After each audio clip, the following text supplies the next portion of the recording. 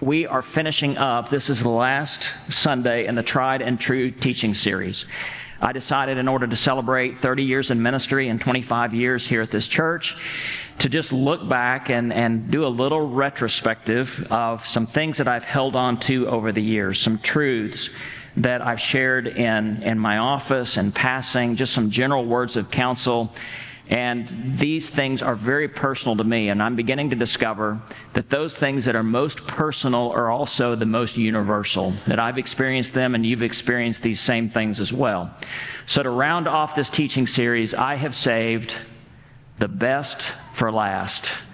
And if you have been around this place for any length of time, you've probably heard me say this before, this little piece of counsel, but I want you to jump in the time machine and go back with me to the dark ages of 1995. Okay, back before the iPhone, when AOL still had dial-up service. Okay, this is way back in the day. I'm a graduate student at Southwestern Seminary. I'm a newly married man trying to figure out that relationship. I was pastoring a church on the weekend. I have no doubt that every sermon I preached in my first 5 years was awful, but these people kind of dealt with me. And maybe they still are awful. I don't know. But so I was trying to figure out how to pastor. I was figuring out how to try to be a married man. I was also taking a full slate of graduate courses. And on top of that, my mentor, my professor, Calvin Miller, I was his grader, and I was also a research assistant for him. And he had put on me what I felt were some unreasonable deadlines. He was just piling on the work, and I had so much going on. And bottom line, you've been there too, I was overwhelmed. So I go into his office one morning about 7:30 before my 8 o'clock class, and I go in to complain. Here, a 25-year-old man is going to set this 63-year-old mentor. I'm going to set him straight. I say, Calvin, you're giving me too much. And I poured out my complaint. You're giving me too much deadline. I'm overwhelmed. He came out from behind his desk, and he walked up to me, and he kind of got in my personal space just a little bit, and he put a hand on my shoulder. And he said, Deron, I want you to listen to me very carefully. 1 foot up, 1 foot down, that's the way to London town.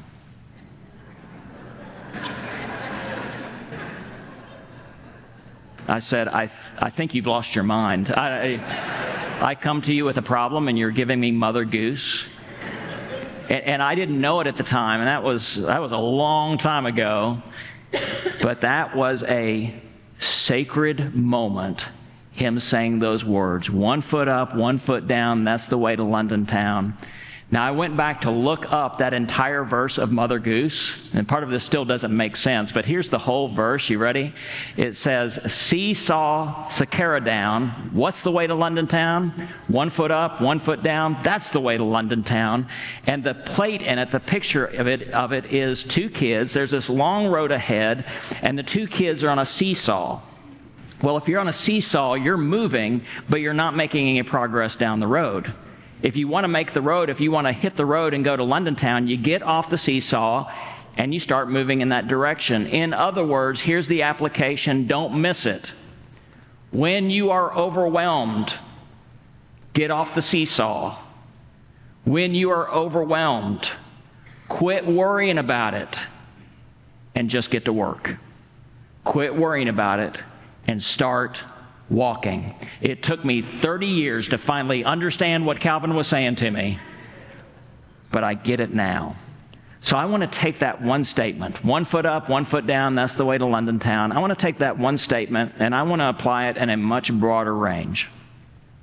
Because right now I have a sense, and I believe I'm accurate on this, that most of us are overwhelmed.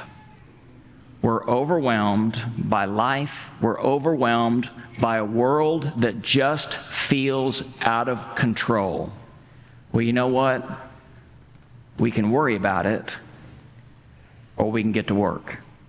We can worry about it, or we can decide to start walking with Jesus and start moving forward. Psalm 37 is the place that I've taken people to for almost a year now, and I've mentioned this in passing a few times. We're going to spend more time here this morning because of any place in the Bible that I've been able to identify. This gives some practical steps. And by the way, I don't mean steps in like an instruction manual, like you do this, then you do this.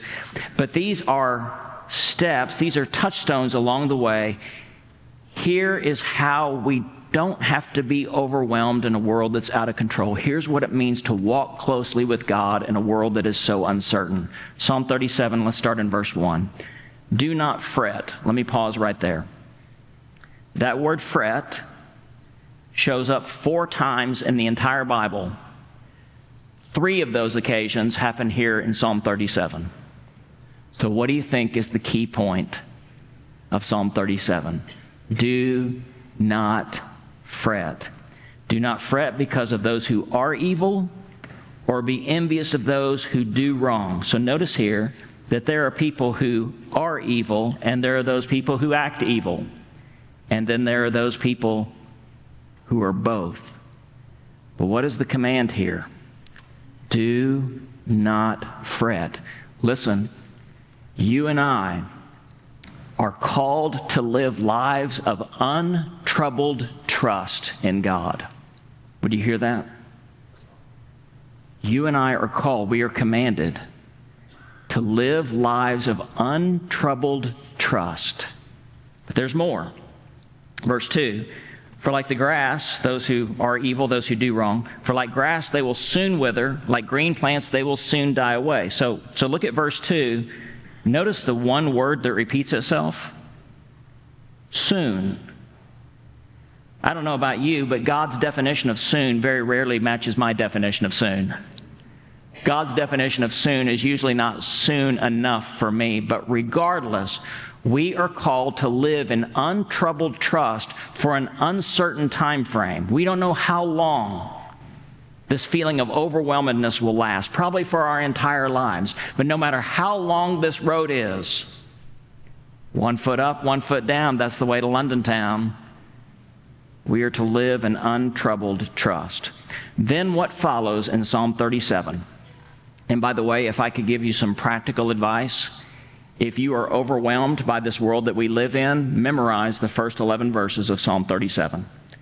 But what I see that follows after this command are some practical steps on how to do this, how not to fret, how to have untroubled trust, how to deal with the uncertain time frame in which we live.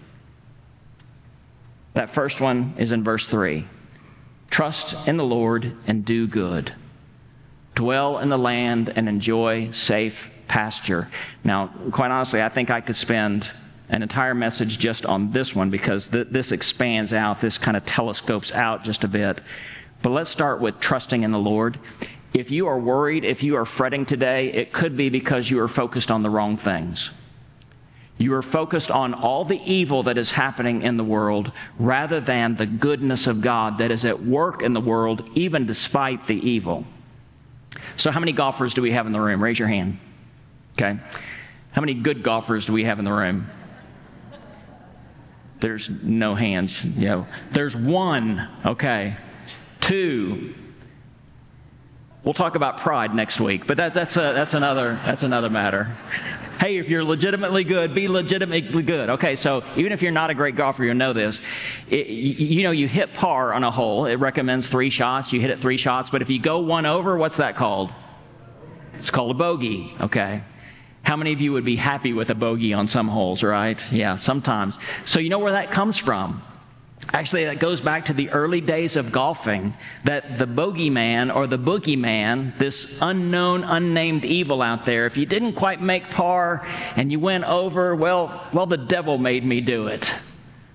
The bogeyman got me, and it just became known as the bogey. Listen, you can look around life and you can see all the evil. You can blame it on the devil all you want to, but if you start focusing on evil, you will fret all the time. What's the trick here? Trust. Trust in the Lord.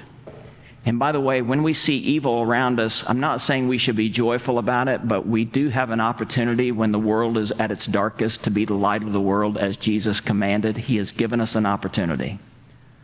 Trust in the Lord and do good. Now here's an advanced placement for some of you. Some of you won't get this, but some of you will. You can't explain it, but you've experienced it. Notice that next little line. Trust in the Lord and do good, dwell in the land and enjoy safe pasture. There was the idea that if you were in the promised land as a Jew, then you were in the presence of God. We've expanded that now. We have a correct understanding of that now, that if you are alive and in the world, you are in God's presence. Something mysterious happens. And again, if you've experienced it, you know what I'm talking about. If you haven't, you may experience this one day. You're in such pressure. You're under such pressure, maybe at the office, maybe at home, and all of a sudden you realize that God is present and in the room with you. You understand. In fact, when I go into the hospital room, if I've visited you in the hospital, that's one thing I've prayed for, that you would experience God's presence. Because if any moment when you can put aside the pressure and know God's presence is there, you find something called peace. Trust in the Lord and do good. Dwell in God's presence and enjoy safety there. 1 foot up, 1 foot down, that's the way to London town. Then what's the next one? Take delight in the Lord, and He will give you the desires of your heart. You are commanded to delight in God. There's probably no better gauge of the spiritual life than just to ask you, do you enjoy being a Christian? Do you enjoy God? Do you enjoy obeying Him? Now, I'm not putting guilt on you or anything, but if you're at that point, like, I really don't enjoy God, it's more of a duty than anything else, then I would say your faith is probably pretty dead, just from a diagnostic standpoint. You know your faith is alive when you enjoy God. If you don't, would you just ask Him for that? God already knows it. And God, my relationship with you just kind of feels more like a duty than anything else. Would you help me to learn how to delight in you and delight living in this world? I want you to decide today, how do you want to live? Do you want to live furious or curious? Everything in the world seems to be conspiring to make us live furious lives. You don't have to live that way. Instead of being furious at the evil you see, you can be curious. God, I have no idea what you are doing in the world right now, but I can't wait to see what you're going to make of this mess. Trust in the Lord and do good. Delight in the Lord. 1 foot up, 1 foot down, that's the way to London town. Verse 5 says this, commit your way to the Lord, trust in Him, and He will do this. He will make your righteous reward shine like the dawn, your vindication like the noonday sun. And in other words, your integrity will shine through. Commit your way to the Lord. I so appreciate what John Wesley said years ago. He had a list of resolves. He was a self-improvement guy before self-improvement was a thing. But his first 2 resolves were this. Resolve first, I will live to the glory of God. Resolve second, whether others do this or not, I will. I don't know how you're resolving to live, but could I ask you to resolve to live like that, to commit your way to the Lord? God, I will live to make you look good, and whether other people do this or not around me, I will. 1 foot up, 1 foot down, that's the way to London town. Trust in the Lord, do good. Delight yourself in the Lord. Commit your way to the Lord. And then look down to verse 7. Be still before the Lord and wait patiently for Him. Do not fret when people succeed in their ways, when they carry out their wicked schemes. Be still before the Lord. I was talking with somebody this week, and they were sharing with me how they had recently put their dog to sleep, and that was sad, and I kind of reflected back on good old Max. May he rest in peace. He was the kids' growing up dog, and a few years ago, it was just time to put him down. No other way I can put this. He was just a spastic dog.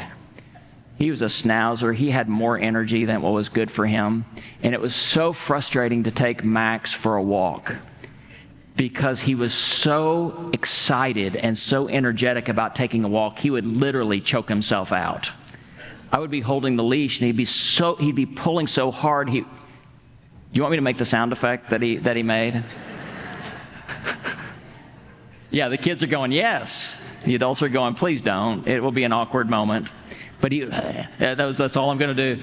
He would just literally choke himself out. He was so anxious he couldn't enjoy the moment. Well, is that you right now? That you are so anxious that you can't enjoy anything? Stop. Be still before the Lord. And make a decision right now that the two people who are the chief culprits will not steal your peace. That there are two chief culprits in your life who want to try to steal your peace. You ready for them? Here's the first one. Other people. Other people will try to steal your peace. Don't let your peace be that vulnerable. Don't let what somebody in your workplace, don't let somebody who's in the leadership of the state or the country, don't let your peace be that fragile that what other people do will steal your peace. Let your peace be stronger than that. Be still before the Lord. The other person that will try to steal your peace is you. Don't steal your own peace. Sometimes we get inside this too much. We get inside our own head and we worry about things that we can't control or can't fix, and we overwhelm ourselves. Listen, use worry as an opportunity of worship. That when you're worried about something, say, God, I'm going to take it from here and I'm going to put it at your feet. I'm going to take it out of my head and put it at your feet. Now, what you're going to be really good at is you're going to take it from his feet and put it back in your head. But you keep on laying it down. Don't steal your own peace. Be still before the Lord.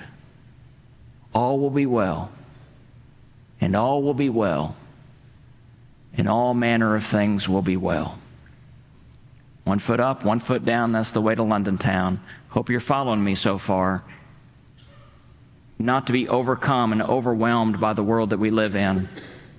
Trust in the Lord, take delight in the Lord, commit your way to the Lord, be still before the Lord. Verse 8, refrain from anger and turn from wrath. Do not fret, it leads only to evil. Be very careful of who you are following these days.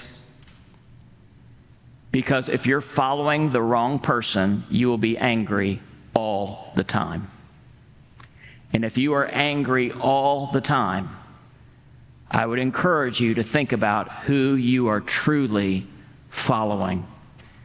I had a conversation with somebody not too long ago. We were in a private conversation. I kind of stuck my foot in my mouth about a political issue, and so I called to apologize. This person was very gracious, and he said, I don't have many of these conversations in the church about politics and what side of the aisle I'm on. And I go, that is fantastic, because who you vote for does not define who you are. Who you vote for does not define who you are. And if who you vote for defines who you are, that's called idolatry. You're defining your entire being around that. As followers of Jesus, we define our entire being out of Jesus Christ and nothing and no one else. Did you hear me? We define ourselves around Jesus Christ, and if we follow him, friends, we don't have to be angry. We don't have to be perpetually upset. By the way, here's another thing. If you're angry all the time, turn off the news. Turn it off. It is better to be ill-informed than deformed by all that's thrown at us. Follow Christ. Are you with me today? I'm not sure if you're with me today. 1 foot up, 1 foot down, that's the way to London town. Psalm 37 kind of spells this out for us. Trust in God. Take delight in him. Be still. Commit your way to him. Refrain from evil and turn from wrath. Now I want you to see where this ends, and we're going to skip over a couple of verses, but you get all the way down to verse 11. But the meek will inherit the land and enjoy peace and prosperity. If that has the ring of familiarity to it, it should. because Jesus would use this verse as the basis of one of his Beatitudes at the beginning of the Message on the Mount, Matthew 5:5, for the meek will inherit the earth. And while Jesus changes the wording of this, one word holds true: inherit. Now, to stop for a moment, to inherit means something is given to you. You don't earn it, but it's given to you as a sheer gift of grace. And what is that here? We are meant to inherit peace and prosperity, not financial prosperity. Put the prosperity gospel aside. This is the flourishing of the whole human being, that you are not called to live a life that is overwhelmed all the time. You are invited to live a life that is overwhelmed by the goodness of God. So for years I've been a runner. I enjoy especially running outside and being outside and sweating quite a bit when I run. As I've gotten older, I can't run as much anymore, but I do a lot of walking. I walk at least an hour a day. And the benefit, as I walk the neighborhood instead of run through the neighborhood, is I get a better look of what's inside people's garages.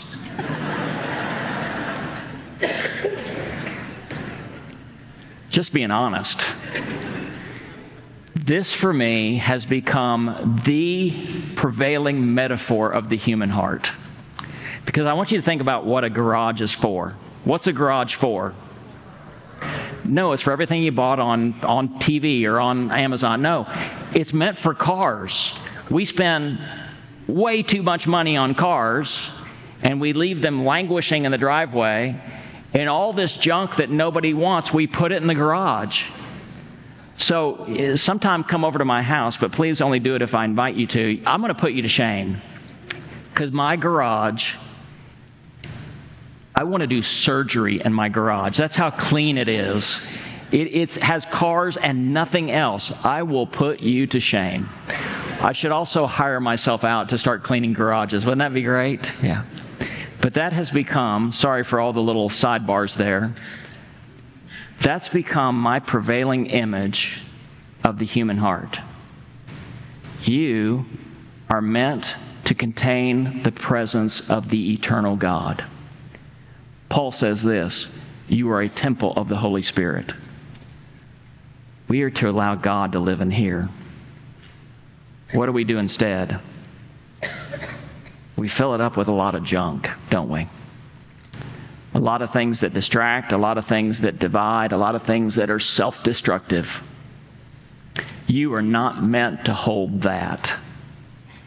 You are meant to hold Him.